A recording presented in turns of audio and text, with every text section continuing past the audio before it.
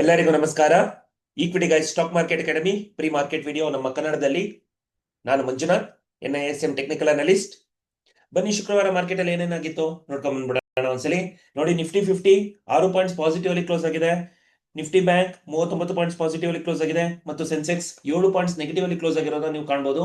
So ಮೂರು mother indices neutral ಆಗಿ close ಆಗಿದೆ ಅಂತ ಕರಿಬಹುದು. ನಂತರದಲ್ಲಿ ಇಂಡಿಯಾ ವೆಲಟಾಲಿಟಿ ಇಂಡೆಕ್ಸ್ ಅಂದರೆ ಫಿಯರ್ ಇಂಡೆಕ್ಸ್ ಅಂತ ಅಂದ್ಬಿಟ್ಟು ಇದು ಪಾಸಿಟಿವ್ ಆಗಿದೆ ಅಂದರೆ ಮಾರ್ಕೆಟ್ ಅಲ್ಲಿ ಫಿಯರ್ ಇದೆ, ಬೇರಿಶ್ ಆಗುತ್ತೆ ಅಂತ ಅಂದ್ಬಿಟ್ಟು. ಅದೇ ನೆಗೆಟಿವ್ ಆಗಿದೆ ಅಂತ ಹೇಳಿದ್ರೆ ಬುಲಿಶ್ ಆಗುವ ಚಾನ್ಸಸ್ ಇದೆ ಅಂತ ಅಂದ್ಬಿಟ್ಟು. ಸೊ ಡೇಟಾ ಈಗ -0.67% ಚೇಂಜ್ ಅಂತ ಇದೆ ಕಾಣಿಸ್ತಾ ಇದೆ ನಮಗೆ. ಸೊ ಡೇಟಾ ಬಂದ್ಬಿಟ್ಟು ನಮಗೆ ನ್ಯೂಟ್ರಲ್ ಟು ಬುಲಿಶ್ ಅಂತ ಕರಿಬಹುದು. ನಂತರದಲ್ಲಿ ಕ್ರೂಡ್ ಆಯಿಲ್ ಸೆಪ್ಟೆಂಬರ್ ಫ್ಯೂಚರ್ ನ ಅಬ್ಸರ್ವ್ ಮಾಡಿ. ಕ್ರೂಡ್ ಆಯಿಲ್ ಸೆಪ್ಟೆಂಬರ್ ಫ್ಯೂಚರ್ ನ ಯಾವ್ದು ಕಂಪೇರ್ ಮಾಡ್ತೀವಿ ನಾವು? ಪ್ರೀ ಕೋವಿಡ್ ಲೆವೆಲ್ 6500 ಈ ಪ್ರೈಸ್ ಲೆವೆಲ್ಗೆ ಕಂಪೇರ್ ಮಾಡ್ತೀವಿ. ಸೊ ಇವಾಗ ಪ್ರೈಸ್ ಲೆವೆಲ್ ಬಂದ್ಬಿಟ್ಟು 5447 ಇದೆ. ಇದು ಪ್ರೀ ಕೋವಿಡ್ ಲೆವೆಲ್ ಇಂದ ಕಮ್ಮಿ ಇರೋದನ್ನ ನಾವು ಡೇಟಾ ಬುಲಿಶ್ ಅಂತ ಕರಿತೀವಿ.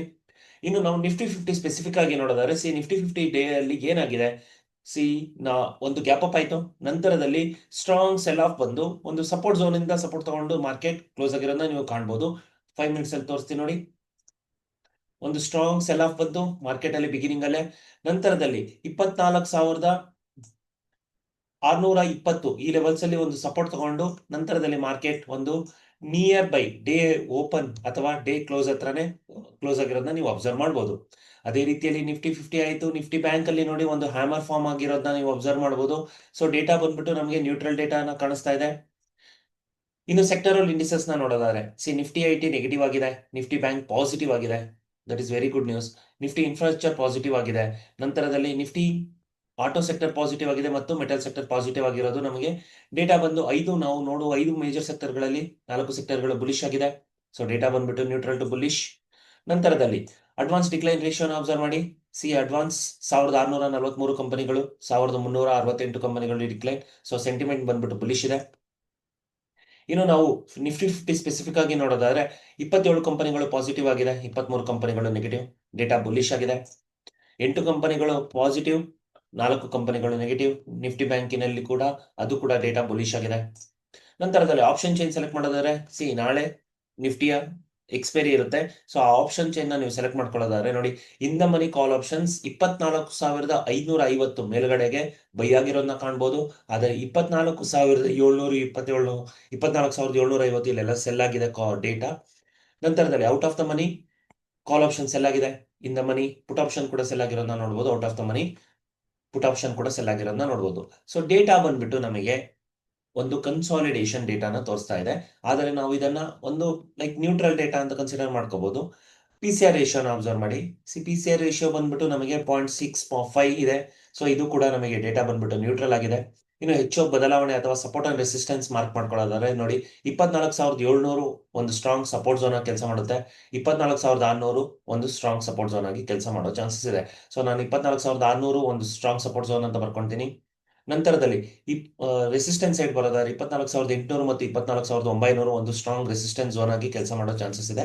ಸೊ 24,900 ಸ್ಟ್ರಾಂಗ್ ರೆಸಿಸ್ಟೆನ್ಸ್ ಝೋನ್ ಅಂತ ಅಂದ್ಬಿಟ್ಟು ನಾವು ಮಾರ್ಕ್ ಮಾಡ್ಕೋಬಹುದು. ನಂತರದಲ್ಲಿ FIDI ಡೇಟಾ ನೋಡಿ. ಕ್ಯಾಶ್ ಮಾರ್ಕೆಟ್ ಅಲ್ಲಿ ಏನಾಗಿದೆ, FIS 1,304 ಕೋಟಿ ಸೆಲ್ ಮಾಡಿದ್ದಾರೆ, DIS 1,821 ಕೋಟಿಯಷ್ಟು ಬೈ ಮಾಡಿದ್ದಾರೆ. ಸೊ ನೆಟ್ ಅಂತ ನೋಡೋದಾದರೆ ನಮಗೆ 500 ಕೋಟಿಯಷ್ಟು ಬೈ ಆಗಿರೋದನ್ನ ನಾವು ನೋಡ್ಬೋದು. ಆದರೆ FIS ಸೆಲ್ ಮಾಡಿದ್ದಾರೆ. ಇದು ಡೇಟಾದಲ್ಲಿ ನಮಗೆ ಬೇರಿಶ್ನೆಸ್ ನ ಇಂಡಿಕೇಟ್ ಮಾಡುತ್ತೆ. F&O ಸೆಗ್ಮೆಂಟ್ ಬರೋದಾದ್ರೆ ಇಂಡೆಕ್ಸ್ ಫ್ಯೂಚರ್ಸ್ ಅಲ್ಲಿ ಬರೋದಾದ್ರೆ ನೋಡಿ, ಇಂಡೆಕ್ಸ್ ಫ್ಯೂಚರ್ಸ್ ಅಲ್ಲೂ ಕೂಡ FIS ಸೆಲ್ ಮಾಡಿದ್ದಾರೆ. ಸ್ಟಾಕ್ ಫ್ಯೂಚರ್ಸ್ ಅಲ್ಲೂ ಕೂಡ FIS ಸೆಲ್ ಮಾಡಿರೋದನ್ನ ನೀವು ಕಾಣ್ಬೋದು. ಸೊ ಡೇಟಾ ಬಂದ್ಬಿಟ್ಟು ನ್ಯೂಟ್ರಲ್ ಟು ಬೇರಿಶ್ ಆಗಿದೆ ಅಂತ ನಾನು ಕನ್ಸಿಡರ್ ಮಾಡ್ತೀನಿ.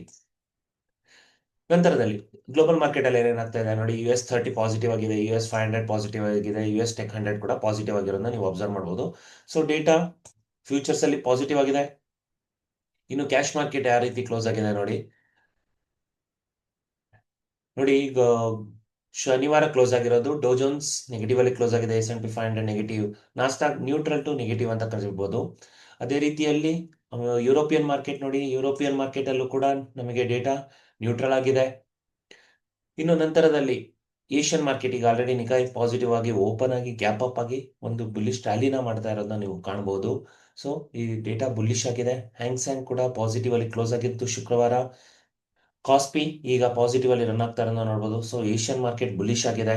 ಸೊ ಡೇಟಾ ಇವತ್ತು ಕೂಡ ನಮ್ಮ ಮಾರ್ಕೆಟ್ ಅಲ್ಲಿ ಕೂಡ ಒಂದು ಬುಲಿಶ್ ತೋರಿಸ್ಬೋದಾ, ನೋಡೋಣ ಹೇಗೆ ಏನು ಅಂತ ಅಂದ್ಬಿಟ್ಟು.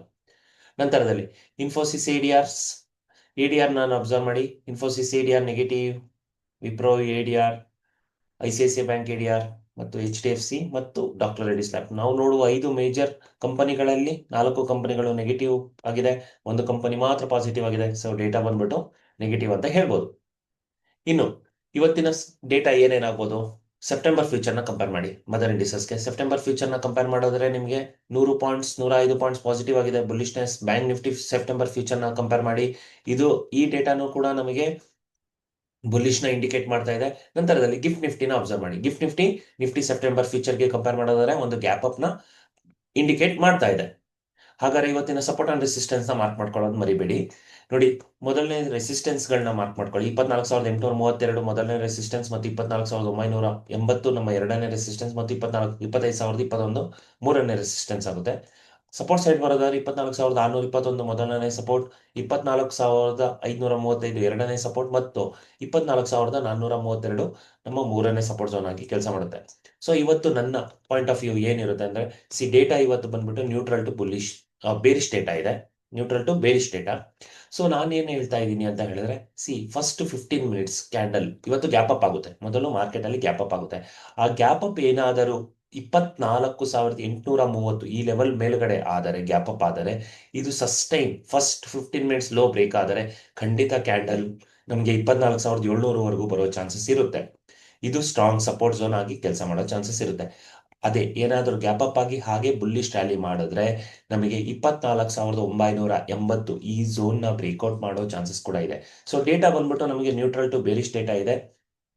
ಸೊ ನಾನು ಏನ್ ಹೇಳ್ತೀನಿ ಅಂತ ಹೇಳಿದ್ರೆ, ಇವತ್ತು ನಿಮ್ಮ ಸೆಟಪ್ಸ್ಗಳನ್ನ ನೀವು ಟ್ರೇಡ್ ಮಾಡ್ಬೋದು. ನನ್ನ ಒಲವು ಬೇರಿಶ್ ಕಡೆ ಇದೆ ಇವತ್ತು ಅಂತ ಹೇಳ್ತಾ ಇವತ್ತಿನ ಮಾರ್ಕೆಟ್ನ ಪ್ರೀ ಮಾರ್ಕೆಟ್ ವಿಡಿಯೋನ ಇಲ್ಲೇ ಕ್ಲೋಸ್ ಮಾಡೋಣ. Thank you.